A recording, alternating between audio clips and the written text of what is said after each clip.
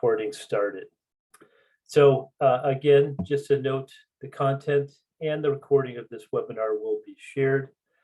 We appreciate you joining the session. Of course, a notable time as every industry is experiencing issues related towards data stealing, data hacking, and the healthcare industry in particular being one of those hit most particularly by this. And so we're going to talk to you a little bit today around some options and some ways to help lower the cost of HIPAA compliance. I'm Tom Leahy. I am the head of sales and business development with SureShield. We are a data security, compliance, and integrity management provider. I will explain that a little bit and those impacts of solutions that we have that impact a number of things that you have to deal with on a day-to-day basis in the healthcare industry. And then I'm joined by my colleagues, Randy Everett, who is head of our customer support. And we also have folks from our product team that are on the call as well. I will be conducting the majority of the presentation, and then they will be available to answer any questions you have. You should see some areas in the chat box with Zoom that you can utilize. And please, at the end of the session, we will go through, we'll have Q&A open. For those of you who are familiar with Zoom, please just scroll to open up the Zoom bar under Q&A and input your questions there. So as far as the agenda today, we're going to talk a little bit about current HIPAA oversight, what some of the trends are that we're continue to see in this area, challenges that you as a healthcare provider face in trying to make sure that your organization is in compliance. And then, what are some of the key pillars of running an effective HIPAA compliance process?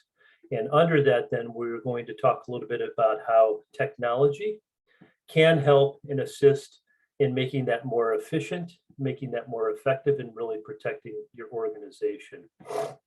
And we'll do a very brief overview of some product offerings available through us, and we'll take questions.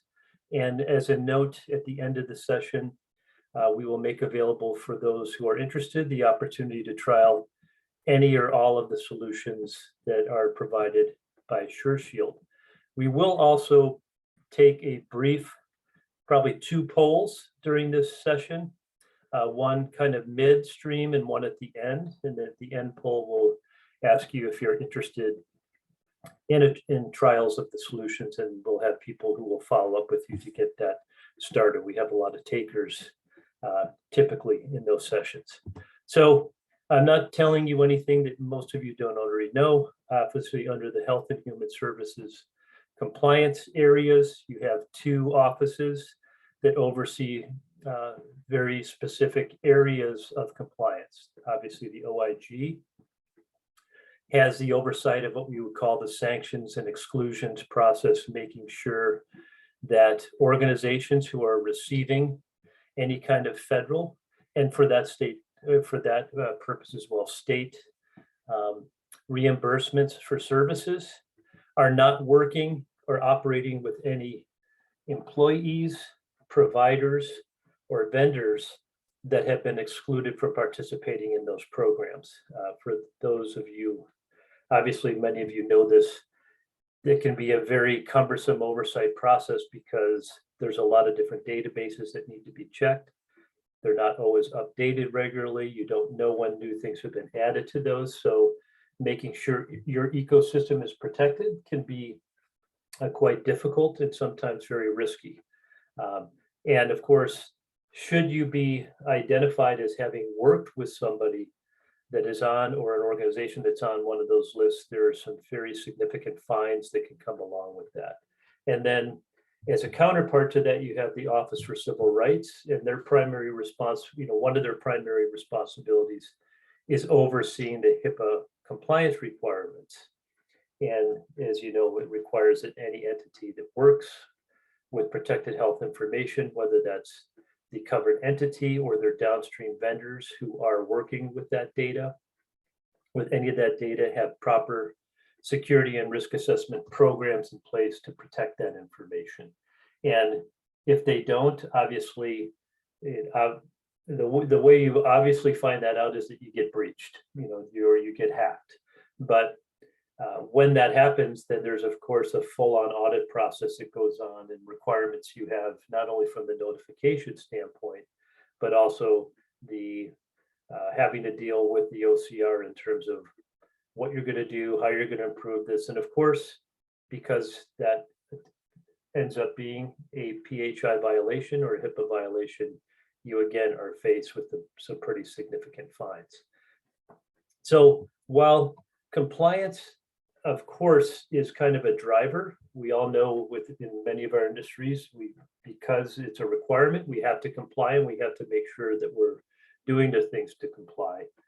A lot of what comes with compliance is having proper, I would say, policies and procedures in place, and having, most importantly, proper and good security oversight measures in place. If you're securing and protecting the data and making sure that you're not working with individuals who are not allowed to be in those environments, you're very likely, if you're doing that, not going to have hacks, or you're not going to have breaches. And when I say that, people may try to hack, but if you have good things in place, you'll prevent those hacks from having any success. And the OCR and the OIG are really beginning to ramp things up. COVID kind of placed some leniency on this process, and with leniency, of course, also comes bad people taking opportunities to take advantage of that.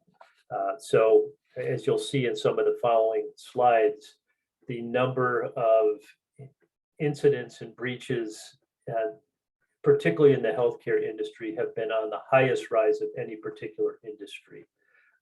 And there's a lot of reasons for that, or a number of reasons for that. And we're going to talk a little bit about hopefully how we might be able to help reduce that particular opportunity for those types of breaches. But in 2021 alone, just on the investigated and audit side, primarily focused around the OIG, they had over $5 billion in investigative and audit receivables that we were expected to collect. That means they're going after institutions and people who were fraudulently defrauding the government in a number of different ways. Either they were excluded and sanctioned, and of course, that then results in the entity that employed them having issues. There's fraud that goes on in terms of false billings and all those types of things that took place. And they've estimated that just in the healthcare industry, the cost of breaches, the breach data was over $10 billion last year.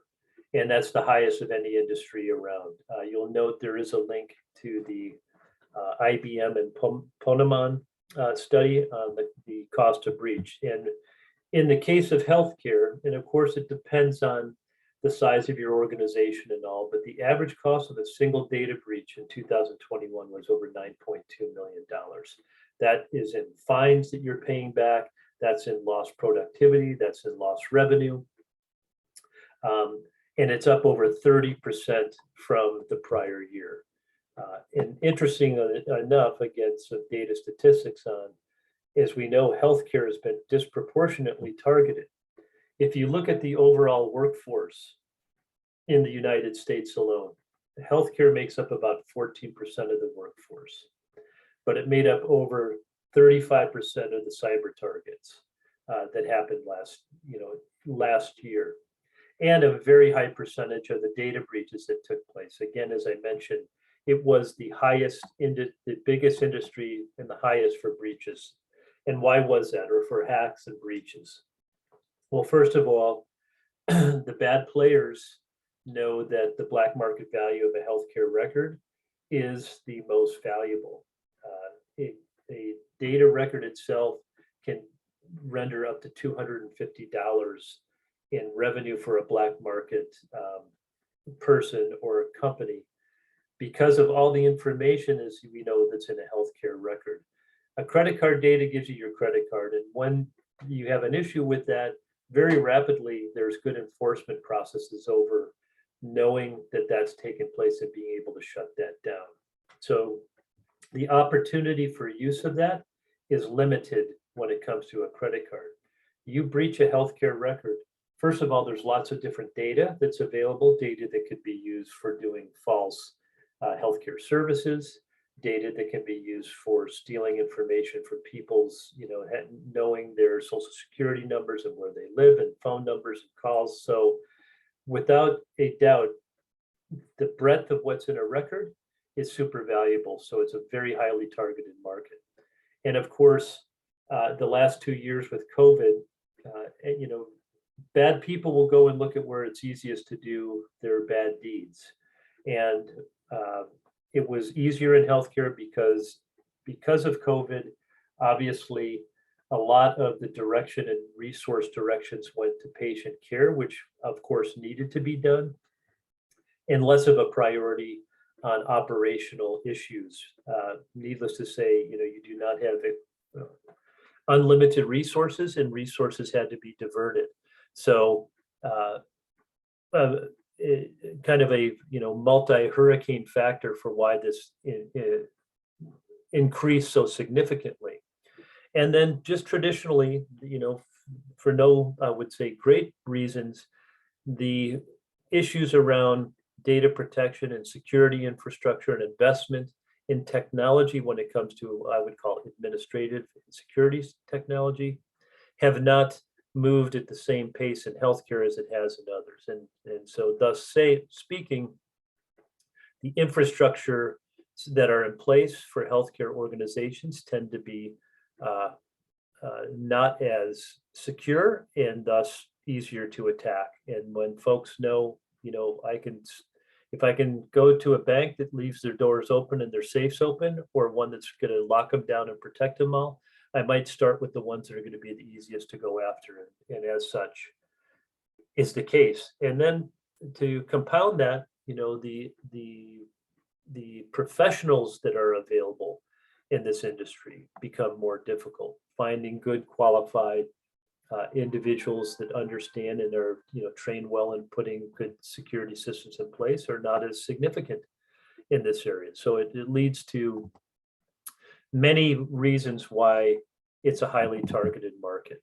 And yet you still have the reasons and the needs to comply in order to operate your businesses. So what were the most common HIPAA violations in 2021?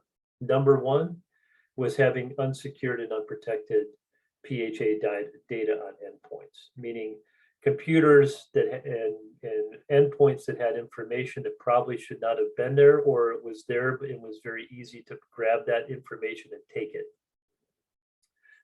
Having your data, at rest that's unencrypted, meaning people can come in and because they can unlock it, basically it's not locked down, it's easy to steal. And then hacking and exposure to data hacks were very significant. These are different actually than what were some of the top ones a few years ago, which had more to do with lack of employee training, stealing, dishonest employees taking information. The hacks were not the number one in the past. They are now because of the increased focus with even adversarial countries coming in to create havoc for ours. So addressing these, and again, as I mentioned, the easiest way to address is really making sure you have good security systems in place. If you have good security systems in place, you're going to be in compliance. However, it's often attacked from kind of a different process. What are my compliance requirements? And then what security systems do I need to put in place to meet a compliance requirement? If you kind of almost reverse the theory and put it in place that we're going to do everything to protect what we have, you will be in compliance. And these are just recent examples of poor performance. You may have saw last week an organization that's known for having what I would say a reputation of having one of the best IT infrastructures in the country, if not the world, got exposed, and that was Kaiser. And that was just a couple of weeks ago that that was announced. A large number of records were exposed. The Catholic Health uh, East, or Catholic Health Initiatives, now part of the Dignity Health Commonwealth, just got hit recently through one of their third-party providers. And the university, the Texas Tech University, just a few months ago, had over 1 million records stolen. And of course, you can expect what all of these will result in is some very significant fines and some very significant headaches that are going back to those organizations, because they will have to respond and have a plan in not only responding to the people that were hacked, but also to the OCR now to tell them how they're going to fix these needs. And it's it's not a day that goes by that we don't now hear about some type of attack that takes place. So what are the challenges that you face as a healthcare provider with this? Obviously, regular HIPAA compliance audits can be time consuming. They're oftentimes static. They're not continuous. They're meaning you're doing them at points of time, and then you're kind of looking at things and trying to see what might need to be fixed. A component of protecting your data is making sure that you have systems that are telling you that your house, think of it as your house being protected.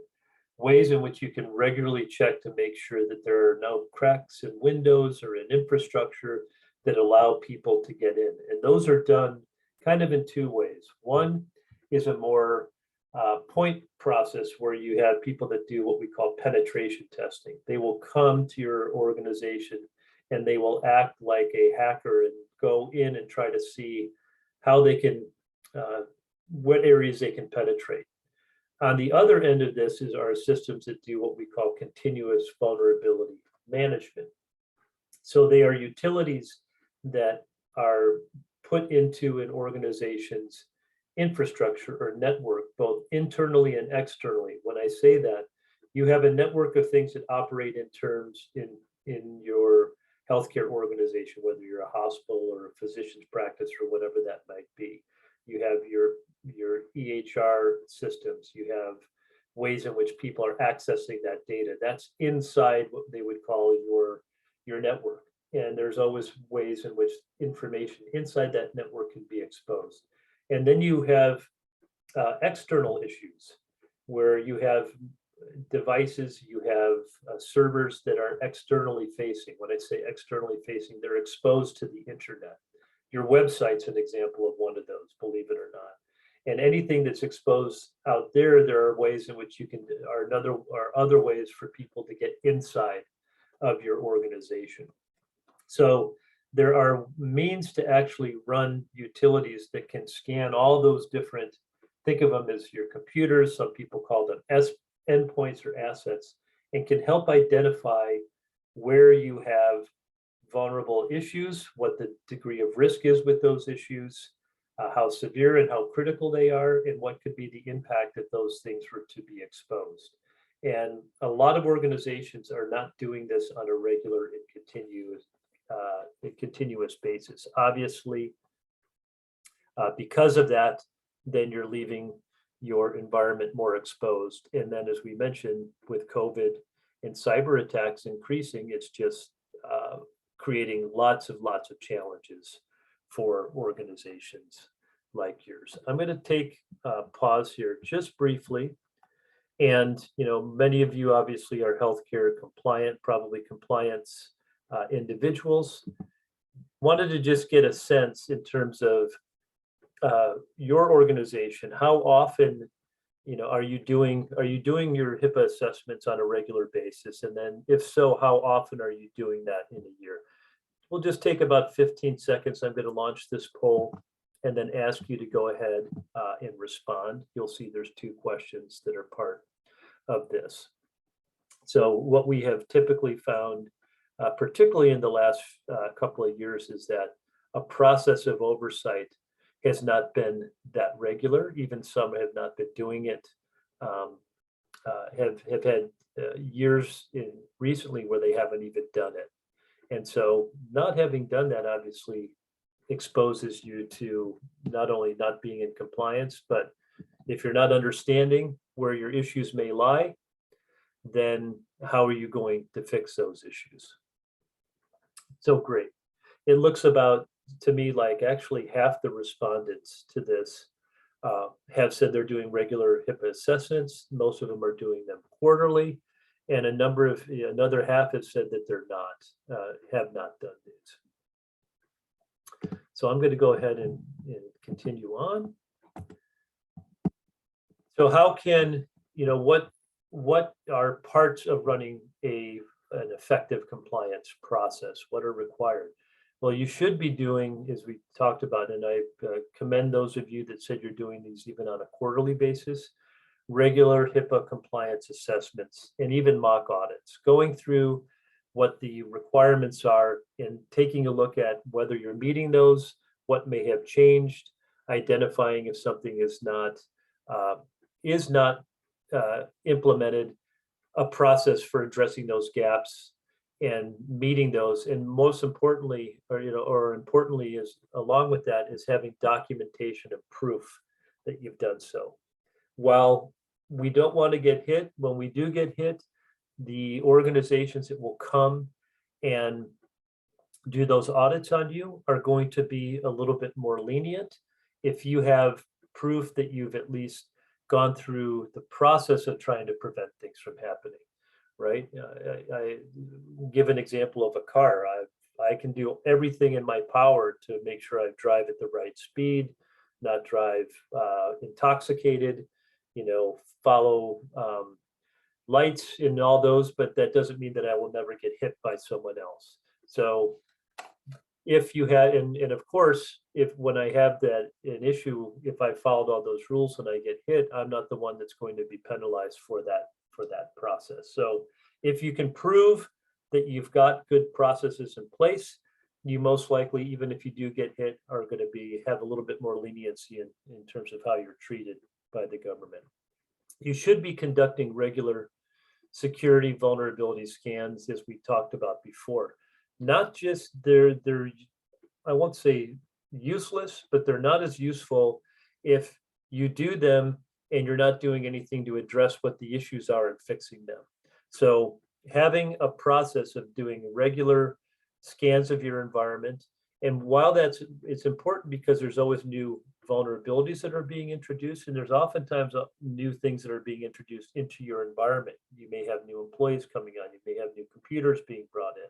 So all of those need to be assessed on a regular basis, and then have a system for implementing and changing those or effectively doing those remediations. And for those of you who are here, some of you may have your own internal IT that's responsible for this. Some of you may have providers that are providing your, what we would call managed service providers, your IT infrastructure oversight. I would encourage you, if you're not responsible for that type of work, to go to the folks who run your infrastructure, whether they're outside or inside, and ask them, are these being done regularly?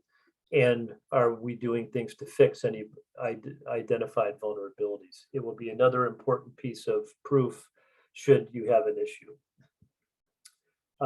Also, on your PHI data, there are tools out there right now that can actually add extra layers of security on PHI. So making sure that even though they might be exposed on an endpoint, if anyone tried to grab them and pull them out, they would not be able to do so. There are tools, and we'll even touch on one that we have, that can go identify where any and all of your PHI data resides, and then allow you to write rules as to how that data can move, so that people that need to have exposure to it can. But if there's an issue where they're actually trying to remove it, it will be locked down. A lot of the issues you used to hear, or you still hear about, people losing computers, and those computers are having a computer stole that had a lot of patient data on it, were HIPAA violation issues. Today, if you had tools like this in place, even those computers, should someone try to open them, would never be able to actually access that data. And then, of course, a couple of other things that are important in that process is having a good oversight and monitoring of all your providers and employees and vendors to make sure that they're not on the sanction lists, and a means to do even that downstream vendor oversight. All of that can be, requires people and process, and sometimes can be a bit overwhelming if you don't have good tools in place. So really, what are some of the means and ways that you can put good cybersecurity guiding principles in place? Obviously, having good security practices, having compliance practices that allow you to be compliant with HIPAA, and actually many of you deal with other compliance oversight frameworks as well. Most that are dealing with health may also have issues like ISO or SOC and the same that they need to be compliant with. And then having, as we said, good integrity practices in place, and really good means to help protect the data that you have. And really from a technology standpoint, how do we come into play, and how does Security Shield, or how does SureShield come into play and help you with this? All of these can be quite costly, as you know, if you don't have good systems or tools in place. And what we can help introduce and have introduced to a number of organizations are technology solutions that allow you to do more with a lot less. So on the security side, as we mentioned, we have systems that will do automated vulnerability identification and remediation guidance. So systems that can go out and do this for you on a continuous basis, tell you where you have problems and tell you how to fix them. We also have solutions, cost-effective solutions, that allow you to identify that PHI data and put proper protections on it to prevent it from getting exfiltrated. And we've integrated these products together as well. On the compliance side, we have what we call a continuous automation assessment tool. You still have the requirements for actually going in and doing components of that assessment. I can also point that with the integration that we have, identifying issues with vulnerabilities are actually compliance issues, and we can cross-match that to them when we run that and actually tell you where you may already have issues without you having to do a manual process around that. And that comes under the auspices of a process or product we call ComplyShield. And then lastly, on the integrity side of this, the oversight of your employees, vendors, contractors for sanctions and exclusions, we have a solution called Integrity Shield for sanction and exclusion screening. And really, this is an exception-based. It's kind of, I won't say revolutionary, but it certainly is new to how this oversight process takes place, because typically this has been done by gathering up information on the employees, the providers and the likes that you have, and either going out and checking these databases yourself in a static mode, and or sending them out to a vendor who checks for you and gives you a report back. Well, those will help you get a view at a point in time, but they're not giving you a view on a continuous basis. So what we have done is actually created technology that actually goes in and scrapes these databases on a nightly basis, matches them up to your ecosystem list, and can tell you on a daily basis whether you have an issue you need to deal with. And really, that's the most important. If you've got hundreds, thousands of organizations in your ecosystem, how can you do that daily in a manual process? It is impossible. With our solution, you can do that and really then act on the things you need to act on. If if a provider, your providers aren't showing up on that list, you want to know when somebody does show up. And the sooner you know, the sooner you can act, and the sooner you can prevent things from happening. So as I mentioned, this is how SureShield can help your organization in making this processes more efficient, more cost-effective, and more secure. So with that, I'm going to pause briefly and just give folks here a very brief overview of some of those solutions. We'll go ahead and take some questions then at the end of that. And again, as I mentioned, for those who might be interested in sampling and trying any of these, all of them are available on a trial basis to you as well. So I'm going to just go in and open up our solution, and I'm in what we call a dashboard. So everyone is presented with a dashboard that's based upon the modules or the solutions that they have activated for them. So in this particular case, I have a client who is managing controls are related to compliance frameworks. We'll go into those briefly, but this particular customer is managing a couple of different compliance frameworks.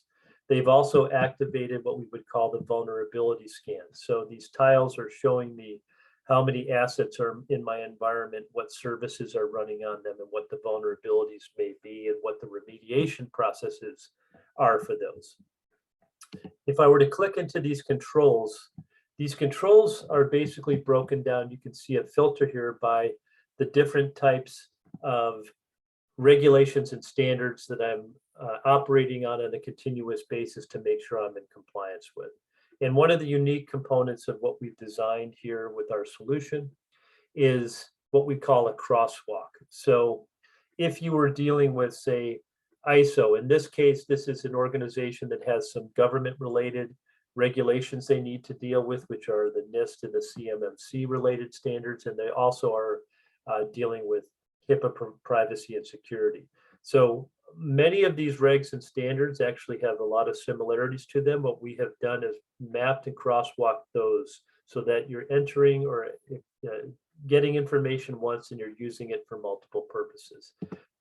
But in the case of HIPAA, if I were to filter on this, this brings me down to the 83 HIPAA security and privacy regulation and standards or controls. And then I can even filter those based on maybe the domains that I want to look at underneath those.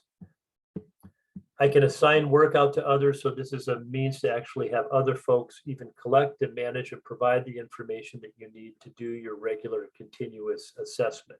And as I'm doing that, to go ahead and answer questions, it's simple as just clicking on that particular hyperlink to that question, and then it will take you into that particular citation, as they call it, the numbering around that particular citation, the ability to provide your evidence as to why you consider this to be compliant or not compliant or not applicable in your case, and a lot of guidance. We provide a ton of what we call knowledge-based guidance as to how to comply and what you need to do to comply with that particular citation or control. We also package, as part of this solution, policies. So we've developed standardized policies that relate to the controls of these particular standards. Now, those policies can be modified by you. You can bring your own in if you already have them. But one of the nice things with these, of course, is that we've mapped them to those different controls. So from a policy view, if I were to come back, excuse me, and take a look at my dashboard and want to look at the policies related to HIPAA,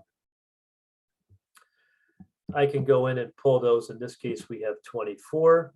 And you can even take a view of this from what we would call a policy view once you've started to do your regular compliance assessment. Because, for instance, in the risk and analysis and management policy, there are actually 3 controls that are related to that. And this has been designated as compliant because as of today, all of these controls that relate to that are compliant. In the case of my personnel security, I have 5 that are in compliance and 1 that's not. And if I wanted to look at that, it would be just as simple as clicking and going to that particular requirement. And then addressing that from the perspective of what am I going to do to get this into compliance. So this becomes a very simple and continuous oversight, audit, and management tool, because as we said, particularly if you're doing this on a regular basis, things can change. So we can show you how things have changed. We can show you how improvements have been made, and you can, as I mentioned, distribute that work. As you have begun to, or as you're using that process, there are ways, of course, then that you can run a variety of different reports on that information that would be made available. So you have your reports on compliance. You have a compliance executive summary report. You have the ability, combined with this in our security and vulnerability, to run your regular security risk analysis that needs to be done as part of that process. So if I wanted to take a look at my report on compliance, again, I can pick whatever that framework is that I want to be looking at. In this case, I'm picking HIPAA, and I'm going in and running this, and then I have this available not only for me, but all of our reports, and the reports that you get out of this can actually be distributed out to others by scheduling reports. So you can have reports that go out to other individuals and say, I'd like to have this report run, every 30 days and to shoot it out to these people within my organization. You can see, as we mentioned, because it's a continuous tool, it will actually even show you over time at various points in time what your profile looks like and how things have changed. And again, it even gives you identified gaps and remediation suggestions to address those areas that, for instance, right now are not compliant. So lots of different regular continuous reports and that can be run out of that particular solution. I'm going to go back briefly and touch on on the security component of this. And as I mentioned, in this custom review we were looking at, this is telling me, and again, this is a tool that you should be asking your outside providers if they're doing this, or how it's being done internally with your organization. But we have a utility, as I said, that goes out and acts like an ethical hacker. And it will go in and identify all the assets. Think of the assets or hosts in your environments. Those can be computers, servers, firewalls, switches. It will identify those, and then it will run this very powerful vulnerability assessment scan. It acts, as I said, like an ethical hacker, someone that's coming in and acting like a hacker. It will tell you where you have issues. It will stratify them from an urgency and from a criticality and from a risk perspective. And then it will allow you to look at them in a variety of different ways. This is at what I would call a macro view, where you can go in and say, let me see all the services that are running here and what the severity of those services. So if I wanted to see what the IT severity was of these, it would identify an IP is simply an asset, what that asset is, and then it will tell you what the issues are with that asset, and more importantly, how to fix that information as well. So the further you drill down into that, the more it will give you information on what's the processes that need to be done, what are the patches that need to be done. And then as you rerun these, you can see how your risk profile has changed. And that again can be done from a more strategic and higher level by running what we might call some executive level reports.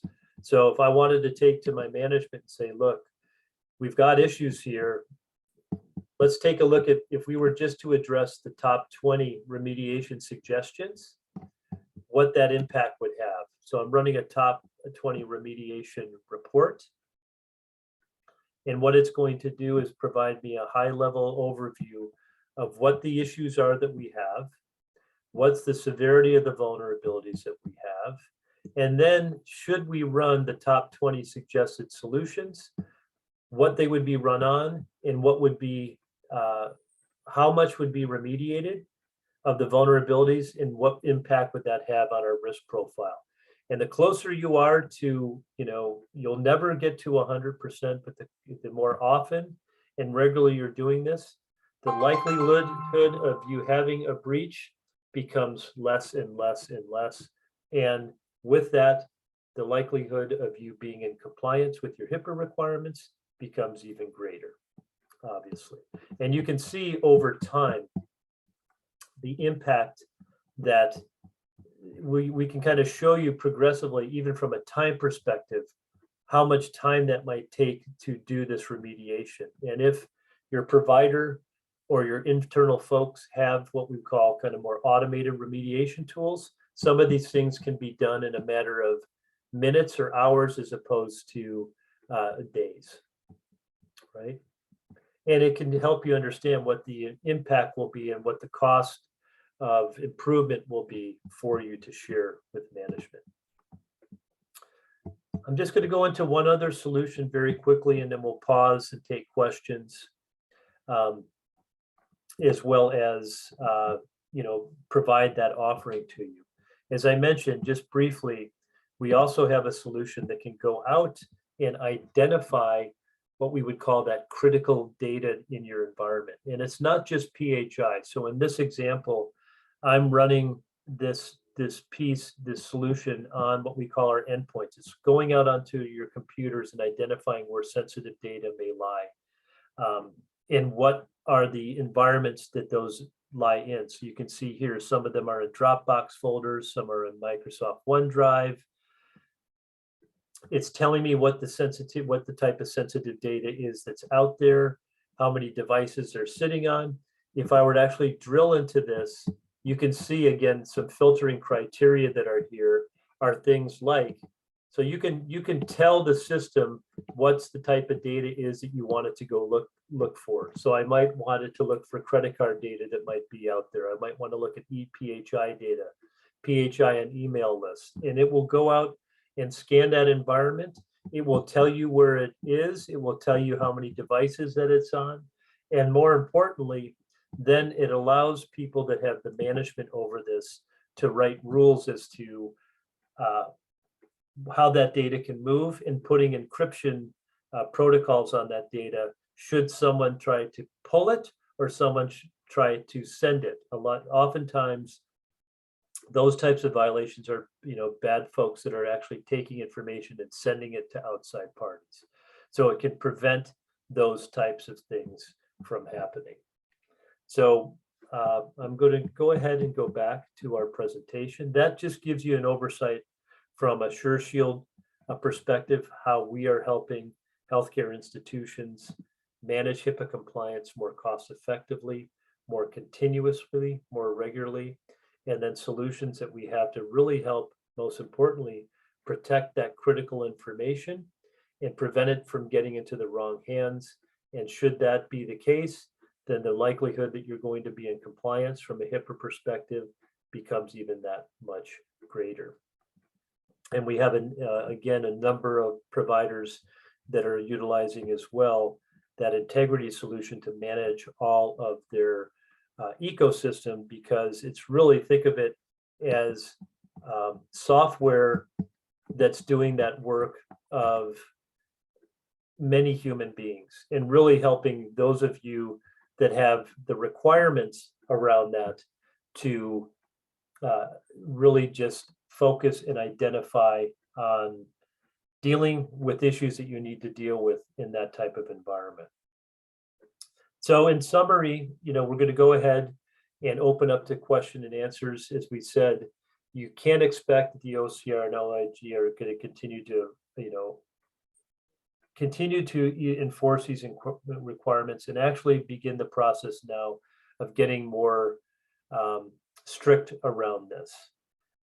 That utilizing integrated tools can help reduce your risk exposure, and that good in compliance is really a multidisciplinary approach. So I encourage you, again, you may not have responsibilities for doing what we would call the IT security component of that, but make sure that you have those components in place, and hopefully speak to us about how you can leverage technology from us to make that process more easy. All of our solutions are web-based hosted solutions.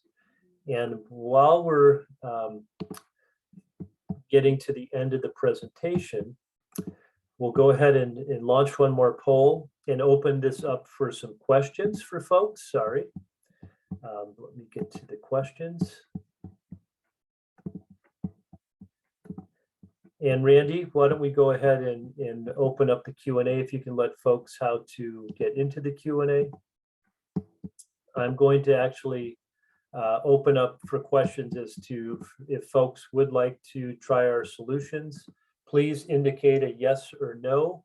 And if you are answering a yes, please also give us information on what it is that you would like us to provide to you.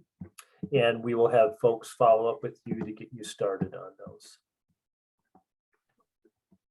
And yes, if you move your mouse to the bottom of your presentation screen, there's a QA button there. You can click that and enter any questions you have for us.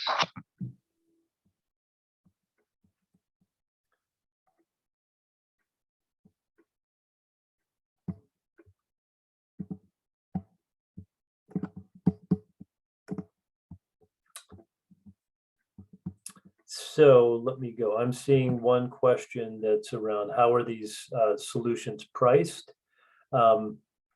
So for our compliance solution, it's based upon what we would call the frameworks that you're utilizing. We don't charge by the number of users. So if you were using our ComplyShield for HIPAA compliance, you would have a subscription, a yearly subscription fee that is unlimited users. As I mentioned, you have workflow, so you can assign different components of work, which you probably do, out to different individuals within your environment to go ahead and answer questions, provide supporting information.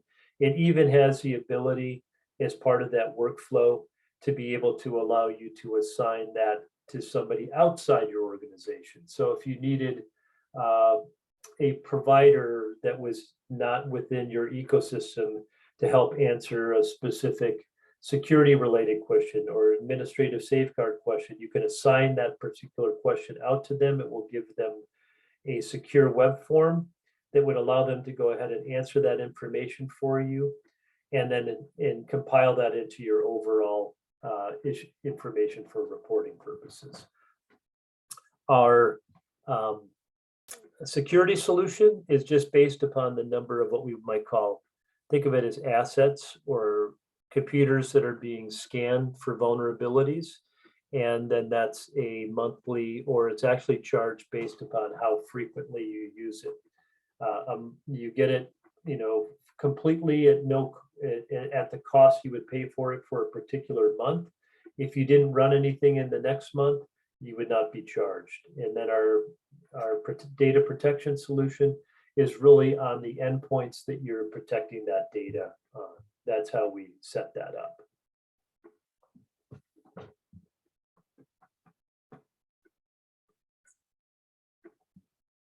And again, please go to the Q&A. That's where you can ask questions. I see a few may have already been answered, so I won't go ahead and repeat those.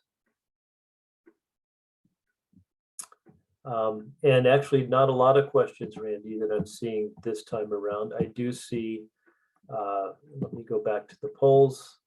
We did have a couple of folks that had some interest in a few of our solutions, so we will go ahead and follow up with you. Again, if the poll is still open, so feel free to go in and answer that.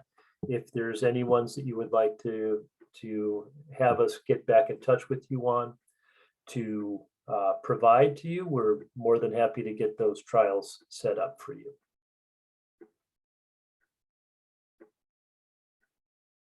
And with that, I'm not seeing any other questions. Want to thank everybody for taking time out of your day to attend the presentation. As we mentioned, you will be receiving this content as well as the recording of the webinar. And for those that you requested a trial, you will be receiving contact from a member from our organization to get you set up on that trial. And all of those you that have participated, we will continue to keep you regularly updated on things that we're doing here at SureShield to help protect your information and help you maintain a good compliance posture. So with that, I want to thank everybody for their time. and wish you a great weekend and an upcoming happy holiday 4th of July. Thank you very much.